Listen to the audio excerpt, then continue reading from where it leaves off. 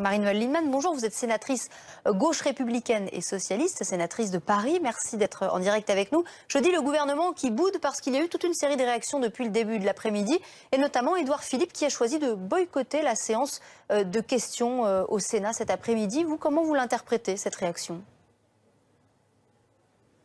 Je trouve ça pas du tout républicain. Ça manifeste aussi un énervement et une faiblesse du gouvernement qui s'imaginait que le Sénat allait laisser endormir des affaires qui sont préoccupantes pour le pays. Je rappelle que la commission d'enquête du Sénat avait observé que beaucoup d'éléments avaient été cachés à la commission d'enquête par les collaborateurs du président de la République, au-delà des faux témoignages de M. Benalla et de M. Kras, et que la règle en la matière, c'est de transmettre au procureur de la République pour non-respect du serment qui est fait. Devant les sénateurs, comme devant toute commission d'enquête, chacun a juré de dire la vérité et toute la vérité.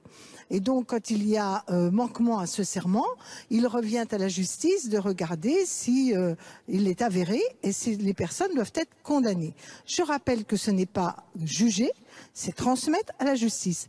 Et si le Sénat ne l'avait pas transmis, il aurait absous, il aurait blanchi des gens qui, manifestement, en tout cas, il y a des fortes présomptions, n'ont pas respecté leur serment et le rôle important des commissions d'enquête parlementaires. Tous les sénateurs de l'opposition qui se sont exprimés sur l'antenne de BFM TV depuis que la décision a été rendue publique nous disent et nous assurent que c'est le juridique et seulement le juridique qui a pesé dans la décision. Or, si c'est si juridique que cela, pourquoi n'y a-t-il pas eu unanimité au sein du bureau du Sénat ?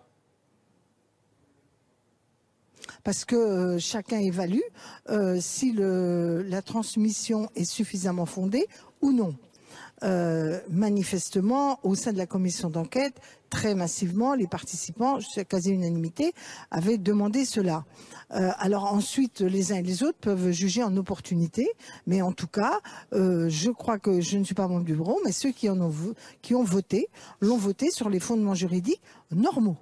Et il faut que, puisqu'on veut la moralisation de la vie politique, c'est très important que les instances parlementaires ne jugent pas selon les circonstances, selon qu'il s'agisse de leurs amis ou pas de leurs amis, et que ça brouille ou non le président de la République, ce n'est pas la question. La question, c'est que les citoyens doivent la transparence et la justice doit passer.